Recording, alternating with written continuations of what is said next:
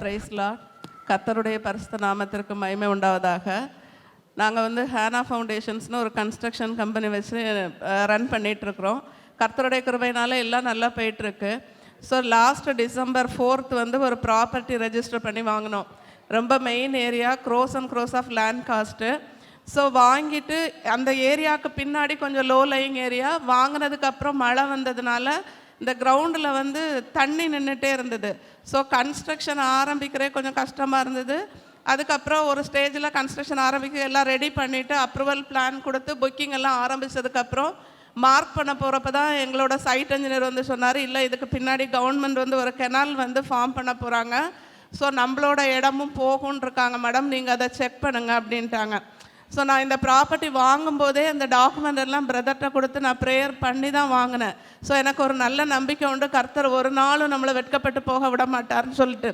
So இருந்தாலும் நான் எல்லாம் கடவுளே இதில் ஒரு இடம் கூட வீணாக போகக்கூடாது, என்னோடய மொத்த பிளானுமே அப்சைட் டவுனாக மாறிடும், ஸோ நீர் தான் அதை பாதுகாத்து வழி நடத்தணும்னு சொல்லி ப்ரேயர் பண்ணி நான் அன்பரின் பாதத்தில் வந்து சாட்சி சொல்வேன்னு வேண்டிக்கிட்டேன்.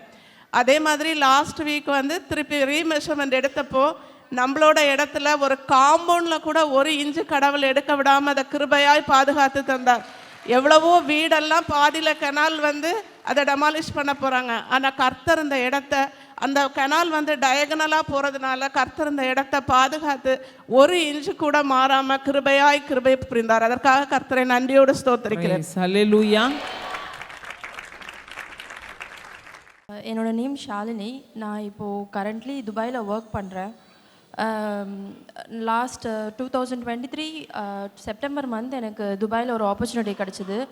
நான் இன்ஜினியரிங் கம்ப்ளீட் பண்ணியிருக்கேன், பட் கம்ப்ளீட் பண்ண 2 இயர்ஸ் நான் டீச்சராக ஒர்க் பண்ணேன். பிகாஸ் அந்த டைமில் எனக்கு கரெக்டான ஆப்பர்ச்சுனிட்டி கிடைக்கல, ஸோ ஃபீல்ட் அவுட் ஆகிட்டேன்.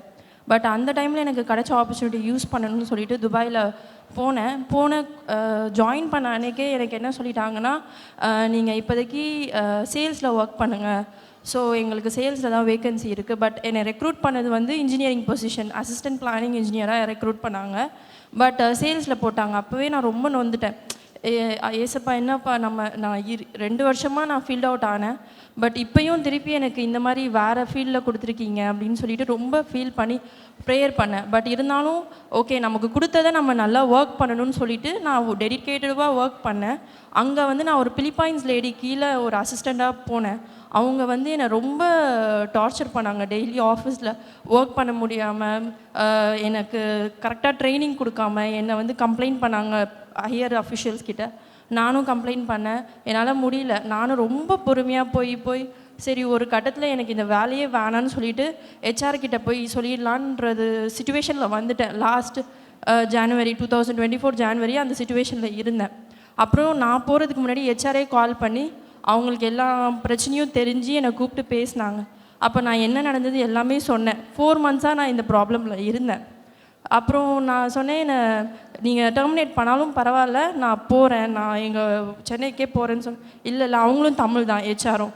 ஸோ நீங்கள் இன்ஜினியரிங்காக தானே வந்தீங்க, நீங்கள் இன்ஜினியர் பொசிஷன்லேயே ஒர்க் பண்ணுங்கள், எனக்கு ஒரு ஆப்பர்ச்சுனிட்டி கொடுத்தாங்க, இங்கே நீங்கள் உங்களை ப்ரூவ் பண்ணுங்கள் அப்படின்னு சொல்லிட்டு எனக்கு அந்த ஆப்பர்ச்சுனிட்டி கொடுத்த இடத்துல நான் வந்து ரொம்ப ஹார்ட் ஒர்க் பண்ணி டெடிக்கேட்டிவாக ஒர்க் பண்ணேன்.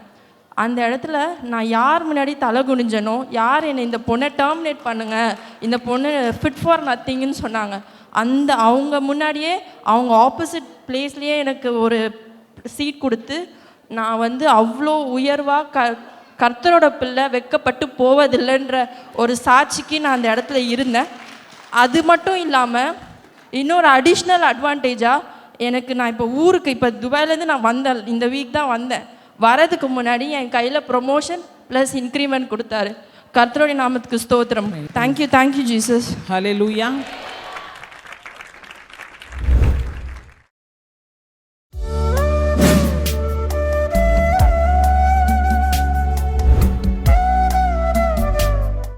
கிறிஸ்துவுக்குள் மிகவும் பிரியமான எனதர்மை சகோதர சகோதரிகளே, நம்மை சிருஷ்டித்தவரும் நம்மை உண்டாக்கினவரும் நம்மை ஒருபோதும் மறந்து போகாதவருமாகிய இயேசு கிறிஸ்து வினையற்ற நாமத்தினாலே உங்கள் எல்லாரையும் வாழ்த்தி ஆசீர்வதிக்கிறேன். அல்லேலூயா. எல்லாரும் சந்தோஷமா இருக்கீங்களா? இந்த நாளிலும் ஆண்டவருடைய பாதப்படியில் அமர்ந்து, ஆண்டவரே என் பிள்ளைகளுக்கு என்ன மங்கள வார்த்தை சொல்ல விரும்புகிறேன்? என்ன வார்த்தை சொல்லி என் பிள்ளைகளை ஆசீர்வதிப்பது பரலோக தேவனுடைய திட்டமும் சித்தமுமாய் இருக்கிறது என்று நான் ஜெபத்திலே தரித்திருந்த பொழுது நம்மை ஆசீர்வதிக்கும்படி கர்த்தருடைய ஆவியானவர் கொடுத்த வசனத்தை இப்பொழுது நாம் எடுத்து வாசிப்போம். சங்கீதங்களின் புஸ்தகம் 71 அதிகாரம் 5, 6 ஆகிய வசனங்கள். கர்த்தராகிய என் ஆண்டவரே, நீரே என் நோக்கம், என் சிறு வயது தொடங்கி என் நம்பிக்கையுமாயிருக்கிறேன். நான் கற்பத்தில் உற்பவித்த நாள் முதல் உம்மால் ஆதரிக்கப்பட்டேன். என் தாயின் வயிற்றிலிருந்து என்னை எடுத்தவர் நீரே. உம்மையே எப்போதும் துதிப்பேன். வாழ்க்கையிலே எதிர்நீச்சல் போட்டு முன்னேறின ஒரு மனுஷனுடைய ஒரு அருமையான கண்ணீரின் விண்ணப்பம்தான் இந்த சங்கீதம். அவனுடைய பெயர் தாவீது. பயங்கர எதிர்நீச்சல் போட்டு வாழ்க்கையிலே முன்னேறி எடுத்த முயற்சிகளெல்லாம் தோல்வியடைகிற நிலைமையில் எதிர்நீச்சல் போட்டு என்னால் நீச்சல் அடித்து முன்னேற முடியவில்லை என்று கண்ணீரோடு வந்திருக்கிற தேவனுடைய பிள்ளைகள், இந்த வசனத்தின் மூலமாக எதிர்நீச்சல் போட்டு கொண்டிருக்கிற உனக்கு ஒரு பிரகாசமான எதிர்காலம் காத்திருக்க. ஏழை பிள்ளை இந்த தாவீது. நம்முடைய உடன்பிறப்புகள் எல்லாரும் அரசாங்கத்தில் சவுலுடைய அரண்மனையில் வேலை செய்கிறார்கள். அதே தகப்பன் தாயுடைய வயிற்றில் பிறந்த இவன் மட்டும் கரவலாடுகளுக்கு பின்னால் சுற்றி கொண்டிருக்கிற ஒரு நிலைமை. வாழ்க்கையிலே எல்லாராலும் ஒதுக்கப்பட்ட ஒரு நிலைமை. ஆனாலும் கர்த்தருக்குள் தன்னை திடப்படுத்தி கொண்டான். அவனுடைய வாழ்க்கையில் அவனுடைய முழு நம்பிக்கையும் ஆண்டவராகிய இயேசு கிறிஸ்து மேலே இருந்தது. அவன் எதிர்நீச்சல் போடுகிற நேரங்களில் எல்லாம் விசுவாசத்தோடு கூட தன்னுடைய கிண்ணறத்தை எடுத்துக்கொள்வான். விசுவாசத்திலே பாட ஆரம்பிப்பான். இல்லாததை இருக்கிறது போல சொல்லி ஆண்டவரை துதிப்பான். ஒன்றுமே முன்னால் இருக்காது, ஆனால் எல்லாம் இருக்கிறது போல ஒரு நிறைவோடு கூட ஆண்டவரை துதிப்பான். ஒரு நாளும் அவன் புலம்பி நீங்கள் வேதத்தில் பார்க்கவே முடியாது. புலம்பலின் சூழ்நிலைகள் வரும் பொழுதெல்லாம் அந்த சூழ்நிலையில் அவன் விசுவாசத்தோடு கூட காரியங்களை செய்தவன். எதிர்நீச்சல் போட்டு போராடினவன், ஜெயித்தவன். எதிர்நீச்சல் போட்டு ஜெயித்ததனுடைய ரகசியம் என்ன? அவனுடைய நம்பிக்கை மனுஷன் மேல் அல்ல, அவனுடைய தாய் தகப்பன் மேல் அல்ல, அவனை சிருஷ்டித்த ஆண்டவர் மேல் அவனுடைய நம்பிக்கை இருந்தது. இந்த நாள் செய்தியின் தலைப்பு, நீரே என் நம்பிக்கை. நம்பினவர்களெல்லாம் மோசம் பண்ணின நிலைமையில மனவேதனையோடும் ஏமாற்றத்தோடும் வந்திருக்கிற தேவனுடைய பிள்ளைகளே, இந்த வார்த்தையின்படியாக இன்றைக்கு நீங்க சொல்ல போறீங்க, நீரே என் நம்பிக்கை. நாசியில சுவாசமுள்ள மனுஷனை நம்புகிறதை பார்க்கலாம், பிரபுக்களை நம்புகிறதை பார்க்கலாம், ஜீவனுள்ள தேவன் மேல் பற்றுதலாயிருப்பது நலம் என்றுதான் வேதத்திலே நாம் வாசிக்கிறோம். இந்த இடத்துல இந்த சங்கீதக்காரனாகிய தாவீது விசுவாசத்தில் தேவன் மேல் வைத்திருக்கிற நம்பிக்கையில் இதை ஒரு ஜெப பாடலாக பாடுகிறதை நாம் பார்க்கிறோம். அதில் அவன் சொல்லுகிறான், என் ஆண்டவரே, நீரே என் நோக்கமும் என் சிறு வயது தொடங்கி என் நம்பிக்கையுமாயிருக்கிறேன். அப்படின்னா என்ன அர்த்தம் தெரியுமா? சின்ன வயசுலேருந்து எனக்கு நினைவு தெரிஞ்ச நாள்ல இருந்து நான் உங்களை தான் ஆண்டவரே நம்பி இருக்கிறேன் என்று சொல்லுகிறான். நான் வேறு யாரையும் நம்பவில்லை, நான் உம்மைத்தான் நம்பி இருக்கிறேன். என் சிறு வயது முதல் நான் உம்மைத்தானே நம்பி இருக்கிறேன். அது மட்டுமல்ல, நான் கற்பத்தில் உற்பவித்தது முதல் உம்மால் ஆதரிக்கப்பட்டேன். நீர் மட்டும் என் தாயின் கற்பத்திலே என்னை ஆதரிக்காவிட்டால் இந்த உலகத்தில் நான் ஜீவனோடு பிறந்திருக்க முடியாது.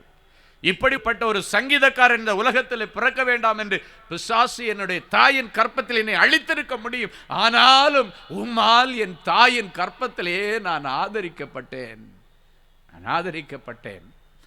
என் தாயின் கற்பத்திலிருந்து நான் வெளியே வரும் பொழுது என் தாயின் வயிற்றிலிருந்து என்னை எடுத்தது நீரே என்று சொன்னார்.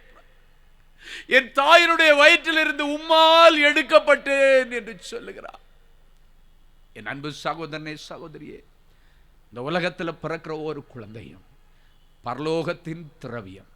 சங்கீதம் 17:14 சொல்லுகிறது, அவர் பரலோகத்தின் திரவியத்தை ஒரு தாயினுடைய வயிற்றிலே நிரப்பும் பொழுது அவள் புத்திர பாக்கியத்தினாலே திருப்தி அடைகிறாள். உங்களுடைய வயிற்றிலிருந்து பிறக்கிற ஒவ்வொரு குழந்தையும் இந்த உலகத்தில் பிறந்த உடனடியாக அப்படியே இயேசுவாமியுடைய கையிலே தான் அந்த பிள்ளை பிள்ளைகிறது. அந்த பிள்ளை இயேசுவாமி கையில் எடுத்து ஆசீர்வதித்து தாய் தகப்பனிடத்தில் கொடுக்கிறார். ஒருவேளை அந்த கரம் ஒரு மருத்துவச்சியுடைய கரமாக கூட இருக்கலாம். அந்த மருத்துவச்சியுடைய கரத்தோடு ஆண்டவருடைய கரம் இணைந்திருக்கும். ஒரு டாக்டருடைய கரமா இருக்கலாம். இந்த டாக்டருடைய கரத்தோடு ஆண்டவருடைய கரம் அமர்ந்திருக்கும்.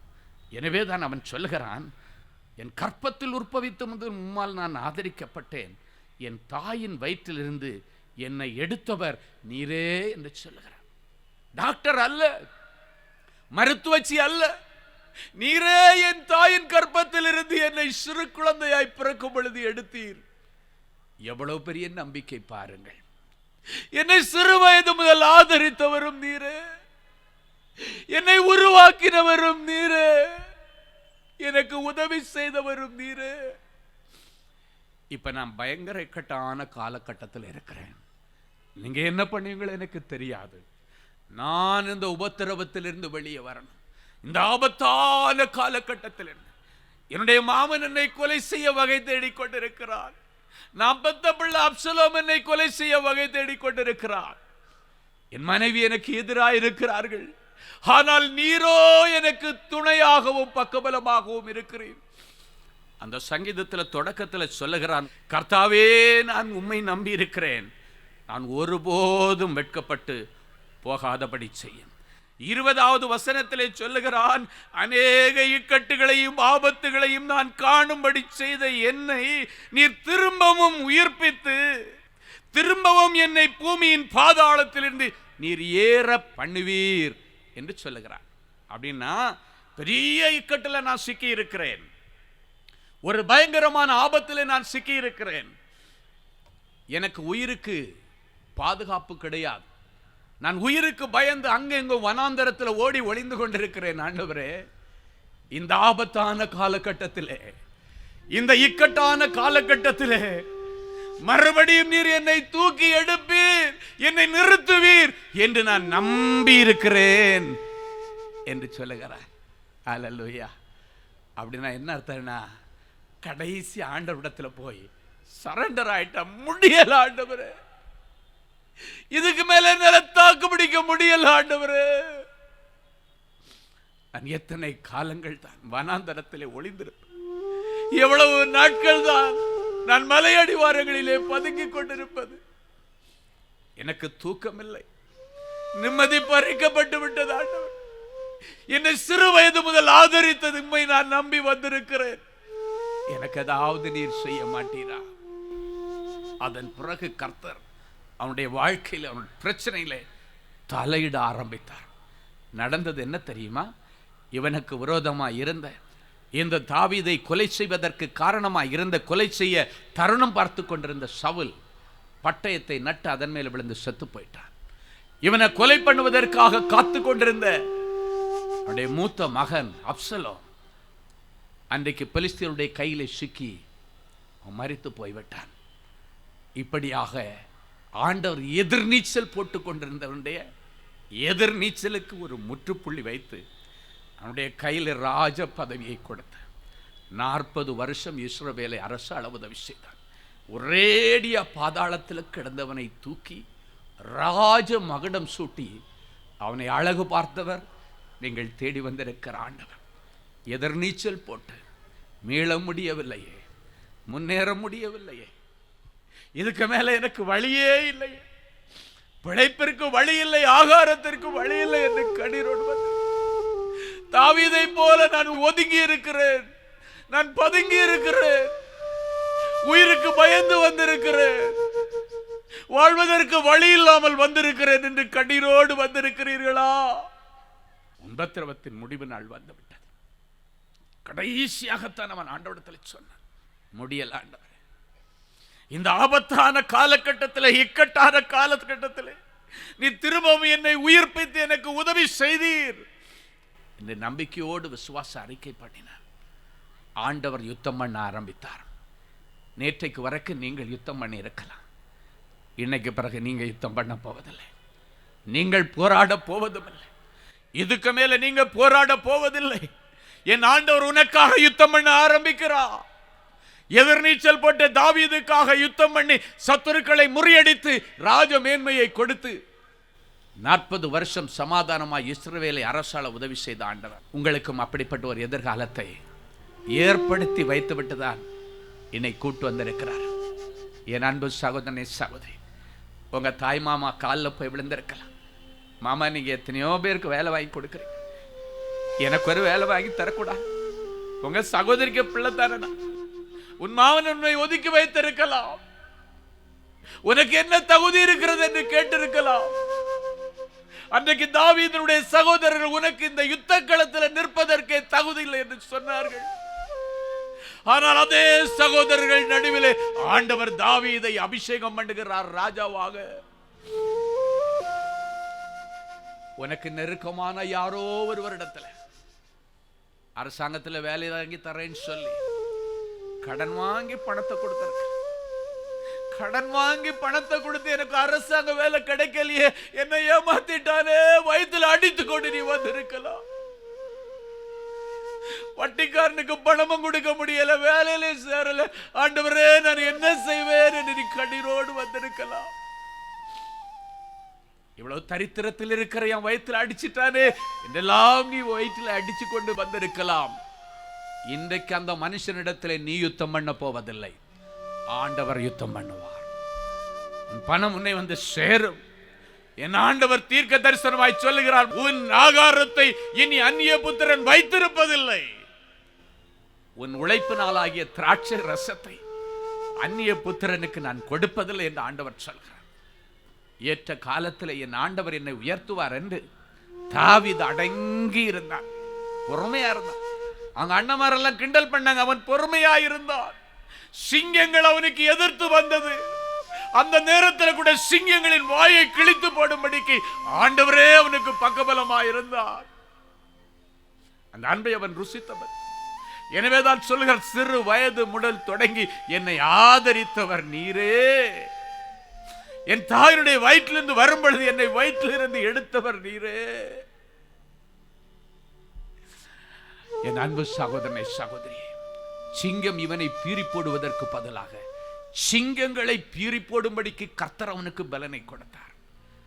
இன்றைக்கு ஆண்டவர் உங்களை பார்த்து சொல்லுகிறார், என்னால எதுவுமே செய்ய முடியல, இதுக்கு மேல எனக்கு வேலைக்கு போனா கூட வேலை செய்யற மைண்டு கூட இல்லை, நான் பைத்தியக்காரனாய் மாறிவிட்டேன், பைத்தியக்காரியை போல நான் அலைகிறேன், என்ன நம்பி ஒரு வேலை கொடுத்தா கூட இனி என்னால செய்ய முடியாது, என் புத்தி மழுங்கி போய்விட்டது என்று வந்திருக்கலாம். நான் எல்லாவற்றையும் இழந்து விட்டேன், வாழ்க்கையில் எனக்கு ஹோப்பே இல்லை என்று வந்திருக்கலாம். உனக்கு ஒரு நம்பிக்கை உண்டு, உனக்கு ஒரு நம்பிக்கை உண்டு. அதுதான் அந்த நம்பிக்கை நங்கூரமாகி ஆண்டவராகி இயேசு கிறிஸ்து. திராணிக்கு மேல நீ சோதிக்கப்படுவாய் என்று மாத்திரம் நினைக்க வேண்டாம். உன்னிடத்தில் என்ன திராணி இருக்கிறது என்பது என் ஆண்டவருக்கு தெரியும். காரணம், உனக்குள் திராணியை வைத்திருக்கிறவர் என் ஆண்டவர். இன்றைக்கு ஆண்டவருடைய அதிகாரமுள்ள ஊழியக்காரனாய் இந்த பலிபீடத்தில் நின்று நான் சொல்லுகிறேன், திராணிக்கு மேல உன்னை ஒருபோதும் நான் சோதிக்க மாட்டேன். சோதனை பெருகுகிறது என்று சொல்லிக் கொண்டு வந்திருக்கிறாயா? சோதனை அடங்க போகிறது என்று ஆண்டவர் சொல்லுகிறார். யுத்தம் பெருகி கொண்டு போகிறது என்று சொல்லி வந்திருக்கிறாயா? யுத்தம் அடங்க போகிறது என்று கர்த்தர் சொல்லுகிறார். கடன் ஏறி போகிறது என்று சொல்லி கொண்டு வந்திருக்கிறாயா? கடன்களுக்கு முடிவு வரப்போகிறது என்று கர்த்தர் சொல்லுகிறார். வியாதியினுடைய கொடூரம் நாளுக்கு நாள் அதிகரித்துக் கொண்டிருக்கிறது என்று வந்திருக்கிறாயா? அந்த வியாதிக்கு முடிவு வரப்போகிறது என்று கர்த்தர் சொல்லுகிறார். தாவீதுக்கும் உபத்திரவத்தின் உச்ச கட்டம் வந்தது. எனவேதான் அவன் ஒரு இடத்துல சொல்லுகிறான், ஆண்டவரே, உபத்திரவத்தின் குகையிலே நீர் என்னை தெரிந்து கொண்டீர், உபத்திரத்தின் வாயிலிருந்து நீர் என்னை தெரிந்து கொண்டீர், பாதாளத்தின் இடுக்கண்கள் என்னை சுற்றி கொண்டது, ஆனாலும் அந்த பாதாளத்தின் வாயிலிருந்து என்னை பிடுங்கிக் கொண்டு வந்தீர். ஏன் அந்த காரியத்தில் ஆண்டவர் உதவி செய்தார்? அவன் எப்பொழுதும் அவரையே நம்பியிருந்தான், அவரையே சார்ந்திருந்தான். ஒரு பெரிய கோலியாத் அவனுக்கு முன்பாக சவாலாய் நிற்கிறான். இவனை பார்த்து சிரித்தான். நீ சின்ன பையன், உங்க ராஜாவாலே என்ன ஒன்றும் பண்ண முடியல, பெரிய பெரிய உங்க படை தளபதிகளால ஒன்றும் பண்ண முடியல, நீ ஒரு சின்ன பையன் என்ன பண்ண போற? சிரிச்சான். ஆனா அவன் சொன்னான், நீயோ ஈட்டியோடும் பட்டயத்தோடும் உனக்குள் இருக்கிற பலத்தோடும் நீ என்னிடத்திலே வருகிறாய். ஆனால் எனக்கு என்னுடைய நம்பிக்கை அல்ல, சேனைகளின் இராணுவங்களின் தேவனாகிய ஆண்டவருடைய நாமத்திலே நான் உன்னிடத்திலே வருகிறேன். என்னுடைய நம்பிக்கை அவர் மேல இருக்கிறது. இன்றைக்கு ஆண்டவர் உன்னை என் கையில் ஒப்பு கொடுப்பார் என்று சொல்லவில்லை, ஒப்பு கொடுத்தார். அதுதான் நம்பிக்கை, அதுதான் விசுவாசம். அவன் பயப்படவில்லை, கொஞ்சம் கூட பயப்படல. ராஜாவிட்ட சொல்றார், ராஜா பயப்படுறார், என்னடா நீ சின்ன பையன் போற. அவன் சொல்றான், இப்படியாக நான் ஆடு மேய்த்து கொண்டிருக்கிற நேரத்தில் சிங்கங்களின் ஆடுகளை பீறி போடும்படி வந்தது, ஆனால் கர்த்தர் எனக்கு பக்கபலமாயிருந்து சிங்கங்களின் வாயை கிழித்து போட கர்த்தர் எனக்கு உதவி செய்தார். அப்ப சிங்கத்துடைய வாயை கீர்னா இவன் எம்மாத்திரம், எனக்குள் இருக்கிற ஆண்டவருக்கு முன்பாக இந்த பெலிஸ்தியன் எம்மாத்திரம். நம்பிக்கை. என்ன நடந்தது? அவன் நம்பிக்கையில தன்னுடைய கையில் இருக்கிற கூழாங்கல்ல எடுத்து கவன்ல வச்சு ஒரே அடிதான் அடிச்சான். அந்த கல்லு போய் அந்த கோலியாத்தினுடைய நெத்தியில பட்டு அதே இடத்துல நிலை தடுமாறி விழுந்தான். தாவீது கர்த்தருடைய நாமத்தினாலே ஜெயம் எடுத்தான். இன்றைக்கு உனக்கு முன்பாக இருக்கிற அந்த கோலியாத்தை நீ ஜெயிக்க வேண்டுமா? தாவீதுக்குள் இருந்த தேவ நம்பிக்கை உனக்குள்ளே வர வேண்டும். நீரே என் நம்பிக்கை என்று தாவீதை போல இன்றைக்கு சொல்லிட்டு போங்க. இனி கோலியாத்திட்ட நீங்க யுத்தம் பண்ண வேண்டிய அவசியம் இல்லை. யுத்தம் கர்த்தருடையது என்று சொல்லுகிறார். நீங்க சும்மா இருந்து கர்த்தர் உங்களுக்கு கொடுக்கக்கூடிய வெற்றியை டேஸ்ட் பண்ண போறீங்க. ஹல்லேலூயா. ஆண்டவர் மேல் நம்பிக்கையாயிருக்கிற பிள்ளைகளுக்கு அவர்கள் செய்கிற காரியங்களை கூட வாய்க்க செய்வாராம். சங்கீதம் 37:5 சொல்லுகிறது, உன் வழியை கர்த்தருக்கு ஒப்புவித்து அவர் மேல் நம்பிக்கையாயிரு, அவரே காரியத்தை வாய்க்க செய்கிறவர். அவர் மேல் நம்பிக்கையாயிரு, அவரே காரியத்தை வாய்க்க செய்கிறவர். இன்னைக்கு பிறகு நீங்க இன்டர்வியூக்கு போகும்போது நீங்க படித்த படிப்பை நம்பியோ, உங்களுக்கு இருக்கிற தாளந்தை நம்பியோ, திறமையை நம்பியோ போகக்கூடாது. ஆமேன். யாரை நம்பி போனோம்? இயேசுவாமியை நம்பி போனோம். அவரை மட்டும் நீங்க சுமந்துட்டு போனீங்கன்னா இன்டர்வியூ சக்சஸ் தான். ஆமேன். அவருடைய நாமங்களில் ஒன்று யெகோவா நிசி, ஜெயம் கொடுக்கிற தேவன், வெற்றியை கொடுக்கிற தேவன். உன்னுடைய எல்லா காரியத்தை அவர் மேல் வைத்து அவர் மேல் நம்பிக்கையா இருந்தா அவரே காரியங்களை வாய்க்க செய்வார். ஆண்டவரனை தீர்க்க தரிசனமா சொல்றாரு, உன் வேலையின் காரியம் இனி வாய்க்கும், உன் வருமானத்தின் காரியம் இனி வாய்க்கும், உன்னுடைய ப்ரமோஷத்தின் காரியம் இனி வாய்க்கும், உன்னுடைய டிரான்ஸ்ஃபர் காரியம் இனி வாய்க்கும், உன்னுடைய படிப்பு காரியம் இனி வாய்க்கும், உன் ஊழிய காரியம் உனக்கு வாய்க்கும், உன்னுடைய சொத்து சம்பந்தப்பட்ட காரியம் இனி உனக்கு வாய்க்கும். நேற்றைக்கு வரைக்கெல்லாம் எதெல்லாம் வாய்க்கல வாய்க்கல வாய்க்கல நடக்கலன்னு சொன்னீங்களோ அதெல்லாம் வாய்க்கும் வாய்க்கும் வாய்க்கும்னு சொல்லுங்க. கர்த்தர் அந்த காரியத்தை உங்களுக்கு அனுகூலமாக்கி தருவார். ஹல்லேலூயா. மகனே, ஏன் அழுகிறாய்? மகளே, ஏன் அழுகிறாய்? யாரை தேடி வந்திருக்கிறாய்?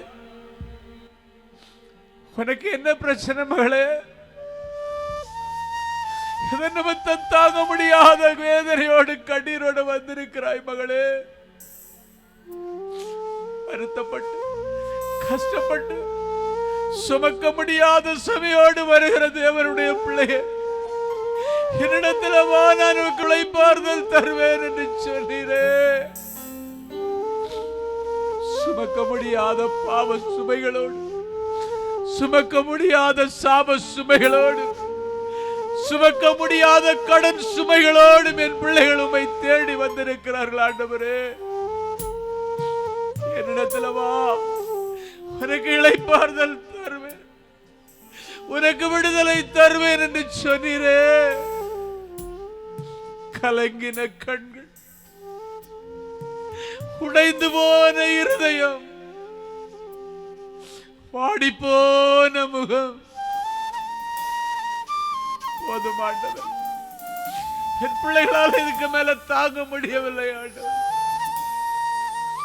நிம்மதியை இழந்து, சமாதானத்தை இழந்து, செல்வங்களை இழந்து, ஒன்றுமில்லாத பூஜ்ய நிலைமையிலே என் பிள்ளைகள் வந்திருக்கிறார்களே. என் பிள்ளைகளுக்கு இன்னைக்கு என்ன செய்ய போறீங்க? அன்றைக்கு ஆபிரகாம் அவருக்கு முன்னால வந்து நீர் நின்ற உடனடியாய் கேட்டார், ஆண்டவரே எனக்கு என்ன தருவீர்? நான் பிள்ளை இல்லாத இருக்கிறேனே, எனக்கு என்ன தர போறீங்க ஆண்டவரே கேட்டாரு. அதே போல என் பிள்ளைகள், ஆண்டவரே நான் உங்களை நம்பி வந்திருக்கிறேன் ஆண்டவரே, எனக்கு இன்னைக்கு என்ன தர போறீங்க ஆண்டவரே? நான் பிள்ளை இல்லாத இருக்கிறேனே, நான் வேலை இல்லாத இருக்கிறேனே, வருமானம் இல்லாமல் இருக்கிறேனே, சொந்தமா ஒரு வீடு இல்லாமல் இருக்கிறேனே, எனக்கு என்னத்தை தர போறீங்க ஆண்டவரே? நான் சமாதானம் இல்லாமல் இருக்கிறேனே. கேட்ட ஆபிரகாமுக்கு கடற்கரை மணலத்தனையா வானத்து நட்சத்திரங்களை போன்ற சந்ததியை கொடுத்தார். என் பிள்ளைகளுக்கும் இன்றைக்கு அப்படியே செய்கிறார். எதிர்நீச்சல் போட்டு ஜெயிச்ச தாவீதின் மீது நீர் இருந்த அந்த அபிஷேகம் என் பிள்ளைகள் மேல் நீர் வைப்பீராக சொன்னீர். என்னை உறுதியாய் பற்றி கொண்டிருக்கிற மனதையுடைய பிள்ளைகளுக்கு என்னை அவர்கள் நம்பி இருக்கிறபடியினால் பூரண சமாதானத்தை தருவேன், பூரணமான பிள்ளை செல்வத்தை தருவேன், பூரணமான வேலையை கொடுப்பேன், வருமானத்தை கொடுப்பேன் என்று சொன்னீரே. இந்த நல்ல நிச்சயத்திற்காக உமக்கு இந்த வார்த்தைகளை என் பிள்ளைகளுடைய சரசுல வச்சு நிறைஞ்ச மனசுல நம்முடைய ஸ்தானாதிபதியாய் என் பிள்ளைகளை நான் ஆசீர்வதிக்கிறேன். எங்கள் ஜெபங்களும் நல்ல பிதாவே, ஆமென், ஆமென். கிறிஸ்துவுக்குள் அன்பானவர்களே, ஆண்டவராகிய இயேசு கிறிஸ்துவின் இனிய நாமத்தில் அன்பின் வாழ்த்துக்கள்.